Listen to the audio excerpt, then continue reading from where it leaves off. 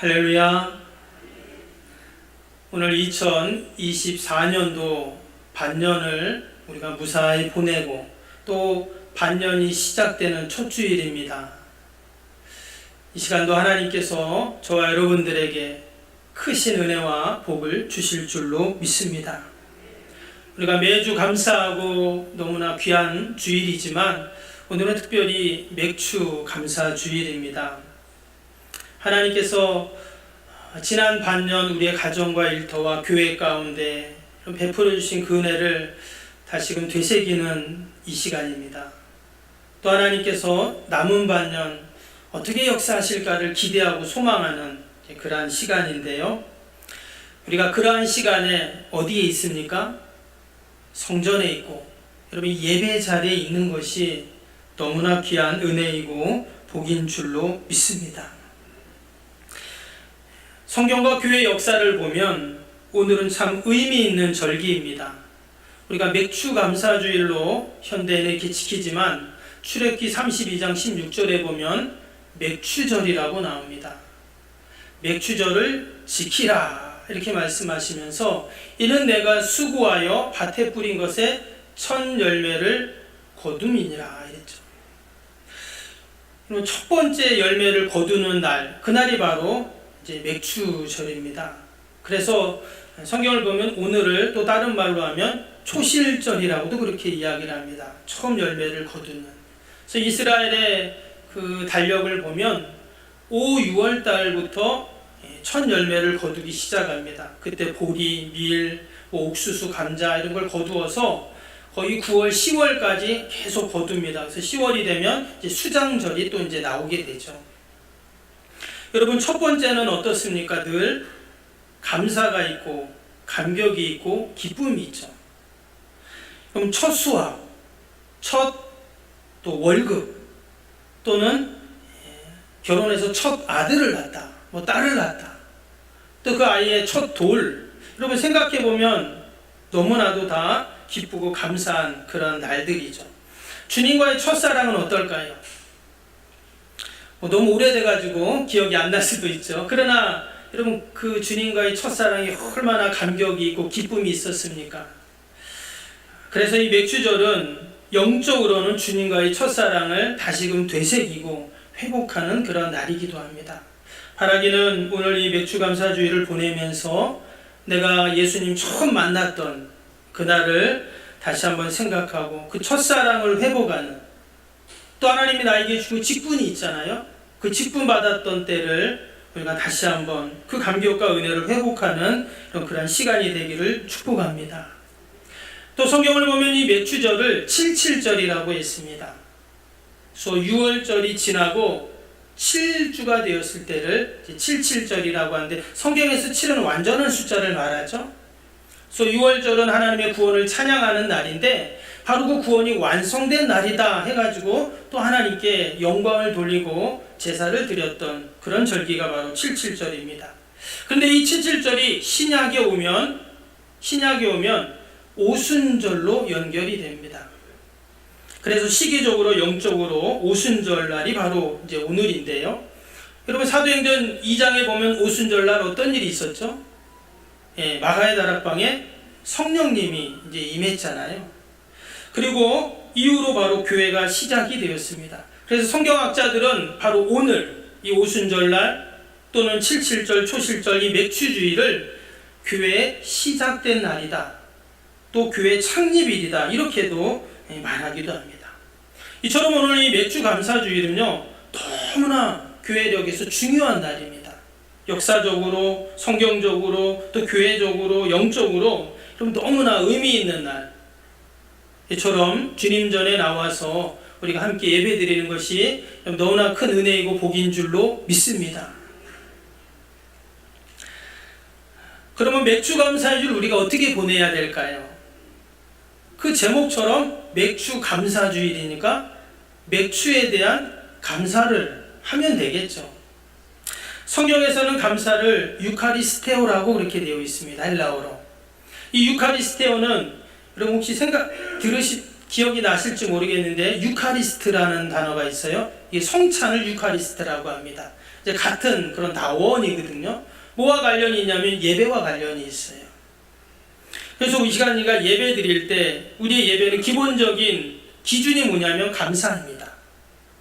이 시간 내가 하나님께 감사해서 나오고, 감사해서 찬양하고, 감사해서 예물을 드리고, 또 감사함으로 하나님의 말씀을 받고, 또 감사함으로 또 하나님께 영광을 돌리는 시간이 바로 이 예배 시간이라는 것입니다. 근데 여러분, 감사할 때 우리 안에 뭐가 생기죠? 기쁨이 생기잖아요. 그래서 이 유카리스테오라는 감사라는 단어 속에는 카라라는 단어가 들어가 있어요. 여러분 혹시 카라 어디서 많이 들어봤죠? 여자 아이돌 그룹 중에 아주 유명한 그룹이 있어요. 카라라고 있습니다. 그 뜻이 뭐냐면 기쁨, 즐거운 잔치, 그런 뜻이에요. 아마 그 이름을 지은 분이 교회 다니는지는 모르겠지만 그런 의미를 담은 단어가 카라입니다. 근데 그 카라는 그냥 기쁨, 그냥 즐거움이 아니라 내 안에 깊숙한 곳으로부터 솟아나오는 그런 기쁨, 즐거움, 잔치를 말하는 감사입니다. 그래서 오늘 이 맥주 감사주를 우리가 보내면서 어떠한 감사와 어떤 기쁨으로 나가야 되는가? 여러분 지난 6개월을 돌아보면서 하나님이 베풀어 주신 그 은혜를 생각하면서 내 마음 깊숙한 곳으로부터 여러분 나오는 그 감사로 하나님께 영광 돌릴 수 있기를 축복합니다. 그런 감사를 정신을 잘 고스란히 담은 시편이 바로 오늘 107편이에요. 전통적으로 오늘 시편 107편은요 맥주감사주일날 불렀던 감사 찬양시로 알려지고 있습니다. 오늘 1절이 어떻게 시작이 되고 있죠? 1절 다시 한번 보시면 우리 같이 한번 읽어봅시다. 1절 시작. 여호와께 감사하라. 그는 선하시며 그 인자하심이 영원한이로다. 아멘. 여기 보니까 여호와께 감사하라. 어떻게 되어 있어요? 명령형으로 되어 있어요. 여호와께 감사하라. 하나님께서 우리에게 좀 감사할래? 야, 좀 감사 좀 해봐. 이렇게 우리를 권유하거나 부탁하거나 설득하지 않으셨다는 거예요. 어떻게 하라고요? 감사하라. 명령을 하셨어요. 하나님이 감사를 왜 명령하셨을까? 그래서 다른 한편으로 보면 야, 좀 불평 좀 그만해라. 염려 좀 그만해라. 좀 걱정 좀 그만하고 이제 감사하라. 이런 말이기도 한 거예요. 그럼 왜 하나님이 우리에게 이 감사를 명령하셨을까? 특별히 절기까지 다 만드셔가지고 이날은 꼭 감사해야 돼? 이게 좀 정하신 거예요. 왜 이렇게 했을까? 여러분, 감사는 인간이 하나님께 올려드릴 수 있는 최고의 반응인 줄로 믿습니다. 또 감사는 하나님께서 인간에게 주신 최고의 축복이기도 합니다. 오늘 이 시편 107편을 읽어보면 그것을 우리가 3절까지밖에 안 읽었는데 한번 나머지는 집에 가서 꼭 한번 읽어보시기 바랍니다. 원래는 105편, 106편, 107편이 다 이어지는 시편이에요. 이스라엘 역사 가운데 하나님이 어떻게 놀라운 구원의 역사를 이루셨는가를 소개하고 있습니다. 그래서 105편은 이스라엘 백성들이 출애굽했을 때를 회상하는 그런 시편이에요. 놀라운 하나님의 기적과 이적을 행하셔서 무려 430년 동안 종살이하던 그들을 어떻게 해요? 구원해내셨잖아요. 도저히 자신들의 힘으로는 나올 수 없는 그 애굽이라는 어마어마한 그 쇠사슬을 하나님이 다 끊으셔가지고 10가지 재앙, 또 하나님의 기적 같은 일들을 행하셔서 나오게 하셨습니다. 그게 105편이에요. 그리고 106편은 뭐냐? 출애굽해서 홍해를 어떻게 건넜는지, 또 그들이 광야를 어떻게 지나오는지 쭉 이야기를 합니다. 그들이 광야를 지나오면서 불평도 하고, 또 때로는 다시금 또 애굽으로 돌아가겠다 이렇게 얘기도 막 했죠. 그럼에도 불구하고 하나님은 변함없는 그 선하심과 인자하심으로 그들과 함께 하신 그 내용들이 시편 107편, 6편에 쭉 나옵니다. 그리고 오늘 이제 시편 107편은 출애굽한 이스라엘 백성들이 이제 가나안 땅에서 살다가 이제 나중에 어떻게 되죠? 바벨론 포로로 끌려가게 되잖아요. 그리고는 다시금 그들이 고국으로 돌아오는 것을 회상하면서 지은 그런 시편이 바로 이 107편입니다. 2절 3절 한번 볼까요? 2절 3절에 이런 말씀이 있습니다. 여호와의 속량을 받은 자들은 이같이 말할지어다. 여호와께서 대적의 손에서 그들을 속량하사 동서남북 각 지방에서부터 모으셨도다. 여기 보면 속량하셨다는 말이 있어요. 이 말이 바로 그들이 바벨론 포로로 끌려가서 온 동서남북 사방으로 흩어졌던 이스라엘 백성들을 하나님이 다시금 고국으로 돌아오게 하신다. 그러한 의미로 쓰인 단어입니다. 여러분, 이스라엘 백성들 누구보다 하나님을 잘 믿었던 자들이죠. 그럼에도 불구하고 그들이 그런 고통의 시간들, 포로 생활, 노예 생활을 그들을 했습니다. 그것을 또 표현한 것이 4절 5절이에요. 4절 5절도 한번 보시면 그들이 광야 사막길에서 방황하며 거주할 성읍을 찾지 못하고 줄이고 목이 말라 그들의 영혼이 그들 안에서 피곤하였도다. 마치 그 포로 생활을 광야 생활, 사막길로 비유를 했어요. 여러분, 광야와 사막은 어떻습니까?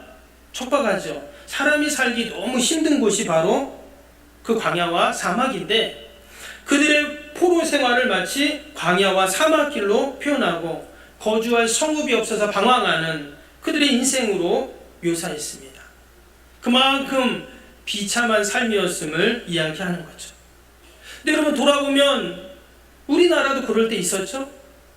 예전에 그 중국에게 속국이 되어서 조공 바치고 또 전쟁한다면 군림 바치고 또 뭐 노역한다면 사람 또 보내고 왕이 되려고 해도 그 중국의 황제가 허락을 받아야 왕이 되고 그런 때가 있었어요. 일제강점기 때는 어떻습니까? 더 비참했잖아요. 지금 이스라엘 백성들도 똑같습니다. 그들은 더 했어요. 왜? 이 나라가 망해서 이방 땅에 포로로 노예로 지금 끌려가서 거기서 그들이 살아가니 얼마나 처량했겠습니까? 사실 바벨론은 이스라엘보다 더 문명화된 나라였어요. 더 비옥하고 더 살기 좋은 땅이었습니다. 그런데 왜 거기로 가서 힘들었을까요? 거기는 하나님이 없기 때문이에요. 온 천지가 우상투성이입니다. 풍성한 것 같지만 결코 풍성하지 않아요. 근데 여러분, 우리의 삶도 그렇습니다. 겉으로 보기에는 아무런 문제가 없어 보여요. 평안해 보입니다. 모든 것이 부족함 없어 보여요. 그런데 우리의 마음과 심령이 힘들고 어려울 때가 있습니다. 기도하기도 힘들고 또 예배 자리에 나가는 것도 힘들고 뭔가 마음이 늘 불편하고 염려되고 걱정이 되고 불안한 그런 모습이 우리에게 있습니다. 그런데 이런 광야 시간을 지날 때 하나님의 택한 백성들이 꼭 기억해야 할 것이 있는데 그게 뭘까요? 그게 바로 감사입니다. 지금 이스라엘 백성들이 바벨론에서 그 광야를 거쳐오면서 다시금 그들이 고국에 돌아오면서 지금 선하시고 인자하신 토부와 헷세드의 하나님을 생각할 때 그들이 지금 어디로 나아가고 있습니까? 감사의 자리로 나아가고 있다는 거예요. 오늘 이어지는 6절 7절 한번 보겠습니다. 6절 7절에 이에 그들이 군심 중에 여호와께 부르짖음에 그들의 고통에서 건지시고 또 바른 길로 인도하사 거주할 성읍에 이르게 하셨도다. 아까 1절에서 뭐라고 했다고요? 여호와께 감사하라. 이렇게 하나님께 감사를 선포하고 나아갔어요. 그랬더니 마치 그들이 척박하고 그 메마른 땅 같았던 광야 같은 그들의 포로 생활 가운데 하나님이 어떻게 해요?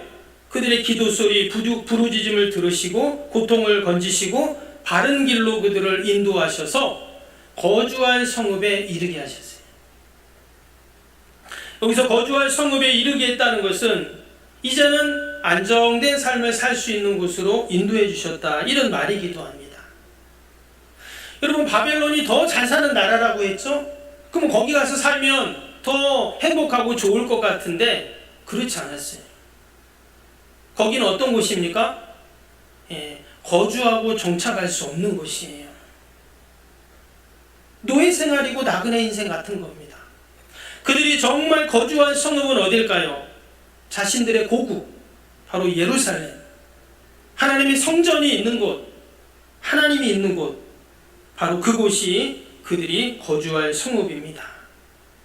여러분, 우리 믿음의 성도들은요, 하나님께서 다 우리의 종착역을 정해 놓으시고 결국은 우리를 하나님 품으로 안식하게 하시는 줄로 믿습니다. 우리는 영원히 광야에서 방황하는 인생이 아니다는 거예요. 내가 지금 잠시 염려가 되고 걱정이 되고 두렵고, 야, 이거 과연 어떻게 할까? 이럴 때도 있어요. 그러나 하나님은 우리를 그렇게 버려두시고 그냥 우리를 내버려 두시는 하나님이 아니시고 어떤 하나님이에요? 거주할 성읍에 이르게 하시는 그런 하나님이신 줄로 믿습니다. 그런 하나님을 생각할 때 우리에게 어떤 마음이 듭니까? 감사가 생기는 거죠. 다니엘서 3장에 보면 그 바벨론 느부갓네살 왕이 금신상에 절하지 않는 자들은 다 어떻게 하라 그랬어요? 불타는 극렬히 불타는 풀무불에 집어넣으라고 했습니다. 근데 다니엘의 세 친구가 어떻게 했습니까? 금신상에 절을 하지 않았어요. 그런데 참 놀라운 거는 뭐라고 했냐면 3장 18절에 이런 고백을 해요.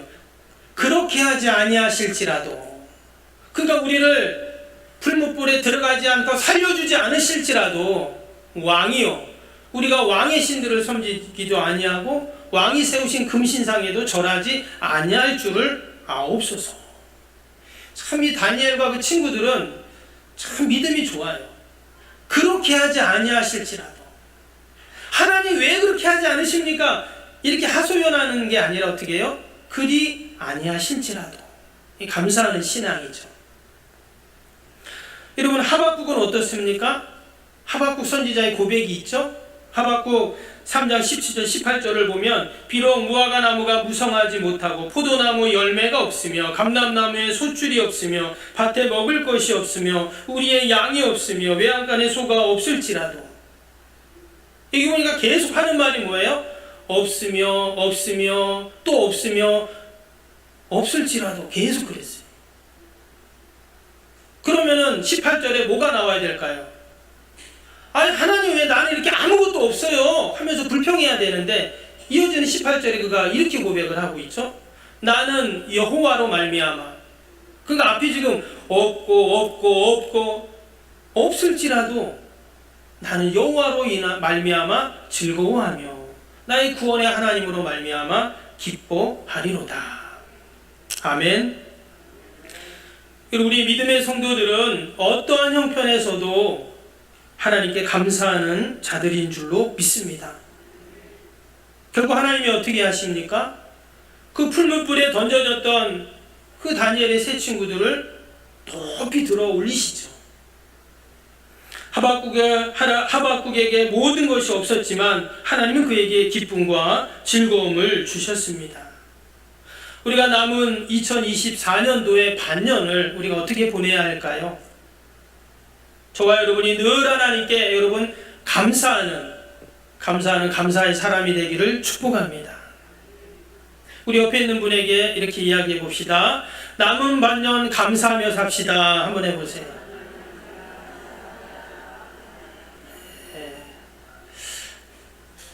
시원해서 그런지 조는 분이 두 분이 계셔가지고 또 같이 인사해 보았습니다.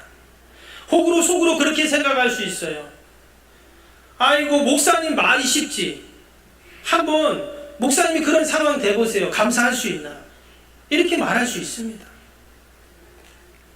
근데 여러분, 감사는요 마치 수증기와 같습니다. 여러분, 물이 땅에 있으면 수증기가 되어 증발을 합니다. 그러면 물이 없어지면 어때요? 땅은 메마르게 되죠. 그리고 또 동식물들은 먹을 물이 없어서 아우성을 칩니다. 근데 증발한 수증기가 어디에 있어요? 하늘에 있잖아요. 하늘에서 구름을 이루고 있다가 다시 비가 되어서 때가 되면 이른 비와 늦은 비로 땅에 내립니다. 그 비는 메마른 땅을 적시고 모든 갈증을 해소하고 또한 풍요롭게 만듭니다. 그래서 마치 감사는 수증기와 같아서 우리가 감사를 하나님께 올려드리면, 여러분, 때가 되면 하나님께서 그 감사를 다 받으셨다가 때가 되면 엄청난 은혜와 놀라운 여러분 축복의 비로 내려주실 줄로 믿습니다. 여러분 그게 믿음이에요. 광야를 이기는 힘이 감사입니다. 포로 생활을 이기는 힘이 감사이고요. 아무리 메마른 것 같아도 우리가 감사의 씨앗을 심으면 반드시 감사의 열매가 맺히는 그런 일들이 있을 줄로 믿습니다. 우리 남은 반년 여러분 감사하며 삽시다. 그건 목사님 말이 아니라 하나님 명령이잖아요. 그리고 또 한 가지 이 몇 주 감사주일은 하나님을 찬양하는 날입니다. 8절 볼까요? 여호와의 인자하심과 인생에게 행하신 기적으로 말미암아 그를 찬송할지어다. 근데 이 똑같은 구절이요 밑에 보시면 또 15절, 21절, 31절 계속 반복이 되고 있어요. 똑같은 구절이 계속 반복이 됩니다. 토시도 안 틀리고. 하나님이 베푸셨던 그 놀라운 선하신 인자하신 하나님의 행하신 기적들이 있는데 그것을 계속 되새기라는 거예요. 여러분 지난 6개월 동안 하나님이 베푸신 기적과 기이한 일들이 뭐가 있습니까? 뭐가 있더라? 그건 생각 안 한 거예요. 그것을 되새겨 보라는 거예요. 작년에 그러면 그 선하시고 인자하신 하나님이 우리의 가정, 자녀, 일터 가운데 어떤 일을 행하셨을까? 기억이 안 나는데? 그분 생각 안 한 분이에요. 10년 전에 하나님이 우리의 가정, 자녀들, 교회에 베푸신 그 하나님의 선하심과 인자하심이 무엇일까? 하나도 생각이 안 나. 그것은 전혀 하나님 생각 안 한 거예요. 지금 계속 이렇게 반복을 하는 이유는 뭘까요? 하나님께서 계속 감사하고 계속 찬양하라는 그러한 말씀이에요. 그래서 데살로니가전서 5장 16절 18절에 항상 기뻐하라, 쉬지 말고 기도하라, 범사에 감사하라. 이것이 그리스도 예수 안에서 너를 향하신 하나님의 뜻이라고 했죠. 항상 범사에 쉬지 말고 우리가 하나님께 감사하고 그 선하시고 인자하신 하나님을 찬양할 때 여러분 하나님께서 베푸시는 놀라운 구원의 역사가 있는 줄로 믿습니다. 오늘 9절 말씀입니다. 그가 사모하는 영혼에게 만족을 주시며 줄인 영혼에게 좋은 것으로 채워주십니다. 하나님께서 만족하게 하시고 감사하고 찬양하는 자들에게 좋은 것으로 채워주신다고 분명히 약속해 주셨습니다. 여러분 우리가 남은 반년 어떻게 살아야 될까요? 감사하며 또 하나님 찬양하는 저와 여러분이 되시기를 주님의 이름으로 축복합니다.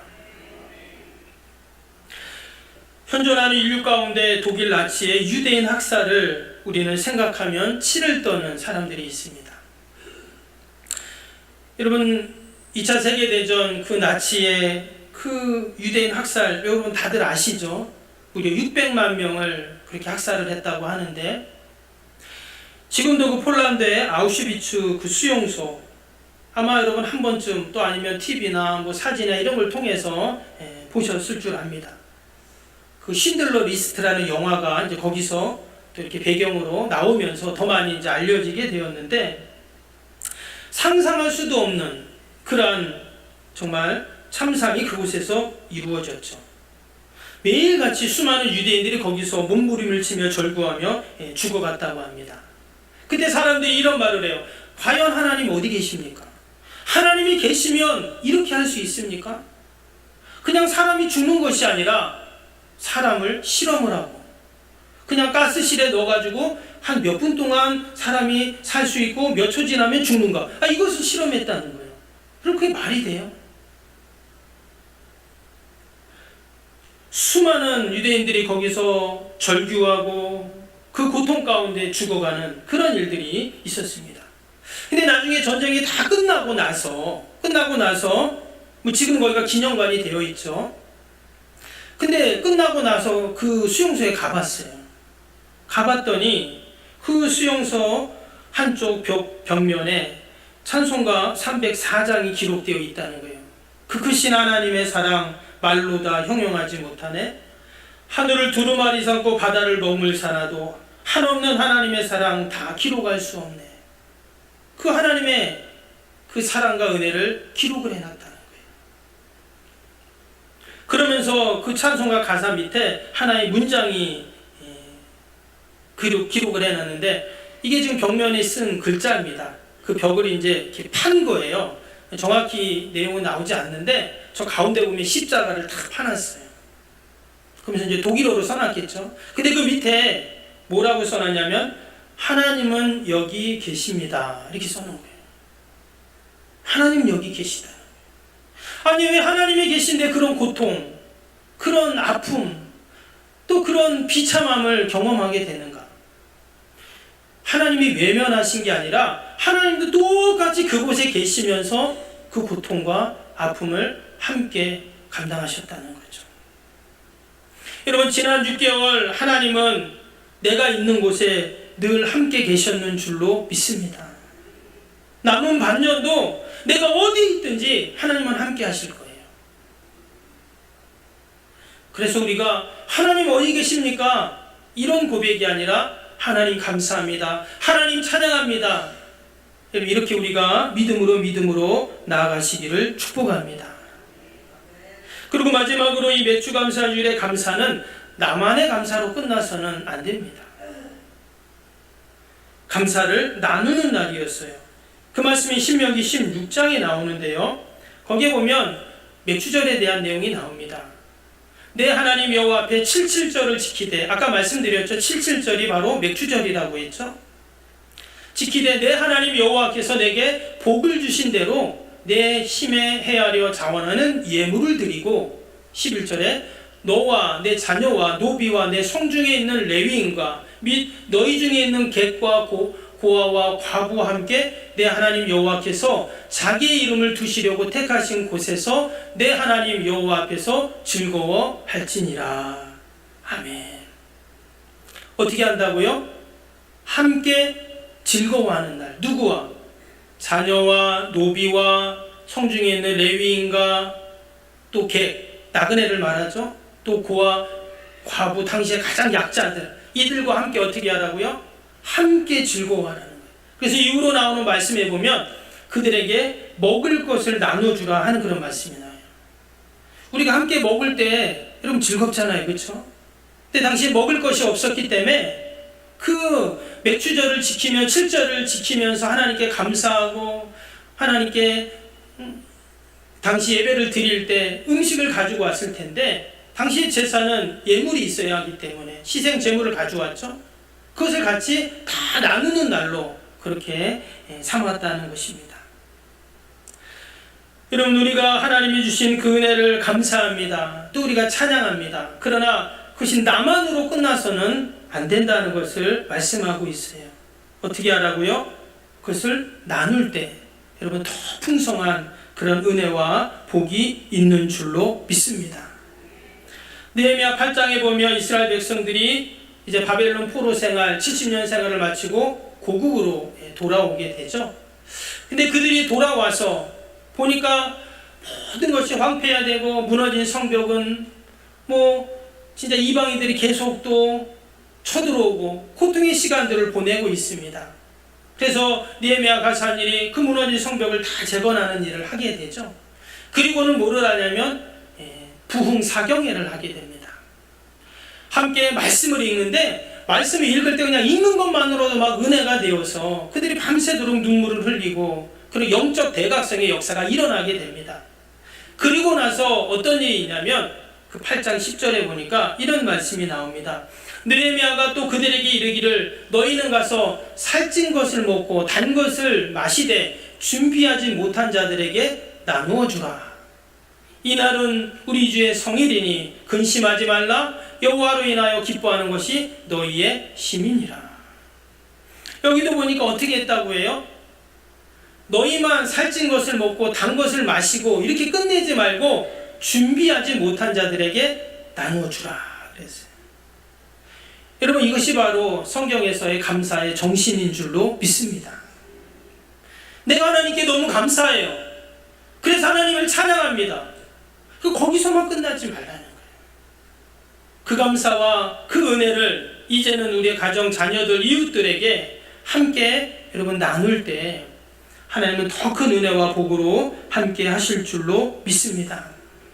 한 주간을 살면서도 늘 선하신 인자하신 그 하나님을 찬양하고 우리가 감사하고 또 그 은혜를 그 하나님의 선하신과 인자하심을 이웃들과 여러분 함께 나누는 저와 여러분이 되시기를 주님의 이름으로 축복합니다.